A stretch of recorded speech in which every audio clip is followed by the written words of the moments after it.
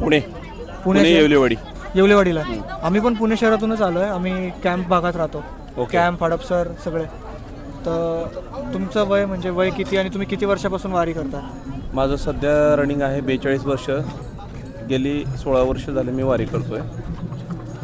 आणि वारीचं एक असं असतं की ज्यावेळेस जावे त्याच्या वंशा तेव्हा कळे, त्या उक्तीप्रमाणे ज्यावेळेस आपण पायी वारी करतो सुरुवात ती सारखं सतत करावी, अखंड म्हणजे जोपर्यंत आपलं आयुष्य आहे तोपर्यंत सतत वारी करावी हा ध्यास प्रत्येक वारकऱ्याच्या मनात, जो निष्ठावंत वारकरी असतो त्याला ही इच्छा लागून राहते. तसंच पायी चालत असताना ह्या भगवंताच्या नामघोषामध्ये संत ज्ञानेश्वर, तुकाराम महाराज, अनेक संत मंडळीच्या नामघोषामध्ये आपण किती किलोमीटर चाललो, किती पळतोय ह्याचं भान राहत नाही, शीण येत नाही, दुःख होत नाही, काही होत नाही. आणि करता करविता तो असणारा पंढरीचा पांडुरंग आहे. त्यामुळं तो सगळं सांभाळतो. भुकेलेला अन्न देतो, तहानलेल्याला पाणी पाजतो, अचानक कोणतर मदतीला धावून येतो, पडलेला उठवतो. अशा प्रकारचा हा जो लढीवाळा असणारा पांडुरंग परमात्मा आहे, त्याच्या भेटीला घ्या असं अशा पद्धतीने सगळे वारकरी तशी आतुरतेनं वाट बघतात, कधी एकदा पांडुरंगाला भेटो अशी आतुरता त्यांच्या मनात मध्ये लागलेली असते. आणि त्या आतुरतेच्या वातावरणातून सतत चालत असतात. आणि संताच्या पावलावर पाय ठेवल्यानंतर म्हणजे संत ज्ञानेश्वर महाराज असतील, तुकाराम महाराज असतील, यांच्या पावलावर पाऊल ठेवून सगळे वारकरी मंडळी चालतात. त्यांच्या अभंगाचा नामाचा जयघोषाने त्यांना तहानभूक विसरून जातात. अशा प्रकारचं असणारे ह्या वारीचं महत्त्व आहे. आणि ह्या वारीमध्ये अनेक असतात, कोण नवसे गवसे हौसे नवसे अनेक प्रकारचे असतात. परंतु निष्ठावंत वारकरी सतत नामाचा घोष करत ही पंढरीची वाट चालत असतो. मुक्काम मुक्काम दर मुक्काम करत करत त्याला आतुरता लागलेली असते, कधी एकदा पांडुरंग भेटेल ही ओढीनं येतो माणूस चालत असतो वारकरी.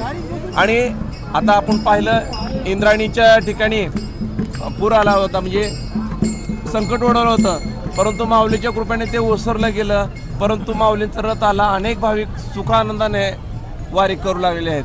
नवे नवे पावसाने सुद्धा आता सध्या शांतता घेतलेली आहे पुणे शहरामध्ये. म्हणजे लोकांची संख्या सध्या एवढी आहे की अख्ख्या घाटामध्ये नवे नवे अजून सुद्धा जवळपास आता 6 वाजून गेलेत. घाटाच्या वडकीपासून अजून लोक पायी आहेत, चालतच आहेत. त्यामुळं कुठं कुणाला थकवा आलेला नाही, काय नाही. सगळी प्रशासनाची व्यवस्था आहे, रस्ता पण व्यवस्थित केलेले आहेत. त्यामुळे लोकांना अडचणी होत नाहीत, इन्सिडेंट होत नाही आहेत. आणि जे न होण्या पाठीमागचं कारण म्हणजे माऊलींचा वरदहस्त आहे, तुकाराम महाराजांचं वरदहस्त आहे. त्यामुळे संत असतात, त्याच्यामुळं काही कुणाला दुःख होत नाही, वेदना होत नाही, त्रास होत नाही. आनंदी आनंद सगळीकडे राहतो. तर आपण वारीमध्ये म्हणतो की म्हणजे तुमची काय माग आहे असं पंढरीला पंढरपूरला जाऊन तुम्ही विठ्ठलाकडे काय मागणार आहे? पंढरीच्या पांडुरंगाला मागायचं तर तो सढळ हाताने देतो. परंतु सगळ्यात महत्त्वाचं काय आहे, सध्या आपलं जे काय चालतं सगळ्यात महत्त्वाचं आहे शेतकरी. आता मी सुद्धा आता माझ्या शेतीची अजून पेरणी केलेली नाही आहे, परंतु शेतीसाठी शेतकरी जो महत्त्वाचा आहे त्या शेतकऱ्यावर फक्त भगवंताने आशीर्वाद ठेवा, वेळच्या वेळ पाऊस पडला, त्याचे धान्य तयार झालं, सगळा आनंद आहे. बाकीच्या शेतकऱ्यांना काय लागत नाही, कारण तो सांभाळणारा सांभाळतो. परंतु शेतीवर ज्यांचं जीवन आहे, ज्याचं पोट आहे, त्यांच्यासाठी पाऊस पडणं फार महत्त्वाचं आहे, पेरणी वेळेचीवर होणं महत्त्वाचं आहे. आणि सरकारने सुद्धा बऱ्यापैकी शेतकऱ्यांना सहकार्य करावं, कारण शेतकरी हा अन्नदाता आहे.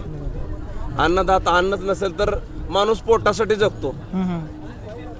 खरं आहे, काहीतरी खावं लागतं माणसाला, म्हणून तो पोटासाठी आटापिटा करतो, राबतो. परंतु तेच जर अनेक शेतकऱ्यांचं बघितलं असेल तुम्ही, आत्महत्या होतात, स्वतः असणारे वैतागून जातात, कर्जबाजारी होतात. कशामुळे? पेरणी जरी केली, पाऊस टायमावर पडत नाही, अनेक लोकांकडनं पैसे उसनवारी घेतलेले असतात. त्यामुळे त्यांची तळतळ फक्त भगवंताला एकच विनंती आहे की सगळ्यांना गुन्ह्या गोविंदाने ठेव, आनंदात ठेव. शेतकरी माझा राजा आहे महत्त्वाचा, त्या राजाला फक्त जरा व्यवस्थित सांभाळलं, शेतकऱ्यासोबत त्या गव्हर्नमेंटने सुद्धा शेतकऱ्याकडं जाणीवपूर्वक लक्ष द्यायला पाहिजे. आणि त्याचे जे काय हाल अपेष्ट आहेत, माणसाला वाटते कर्जमुक्ती केली की झालं, परंतु त्याच्यावर चालत नाही हो. कारण कर्जमुक्ती तात्पुरते होते. तो पुढच्या पावसाची वाट बघतो, पेरणीची तयारी करतो ना अचानक वेगळा पाऊस, अनावधानाने पाऊस वेगळा येतो की त्यात पिकाचं नुकसान होतं. त्यामुळं भगवंताने तेवढी एक दया करावी, त्या असणाऱ्या भगवंताने की शेतकऱ्यावर दया करावी की त्याला वेळेच्यावर पाऊस द्यावा आणि राजकारण्याच्या डोक्यात प्रकाश घालावा की शेतकऱ्याला सांभाळून घ्यावं. तेवढं हे करतो. आणि सध्या आपलं युग नाविन्यपूर्ण चाललेलं आहे. अभिमान आहे की आपला भारत देश पूर्णपणे विकसनशील होत चाललेला आहे. त्याचप्रमाणे प्रगतिशील होण्यासाठी शेतकऱ्याला हाताशी धरून जर विकास केला गेला तर तो अगणित ठरणार आहे. त्यामुळे माझी हीच भगवंताला तेवढी एक विनंती असेल. चल माऊली, तुमचं नाव? बिभीषण अर्जुन काळदाते. काळदाते. ठीक आहे. बोलून तुमच्याशी खूप चांगलं वाटलं विभीषण सर. रामकृष्ण.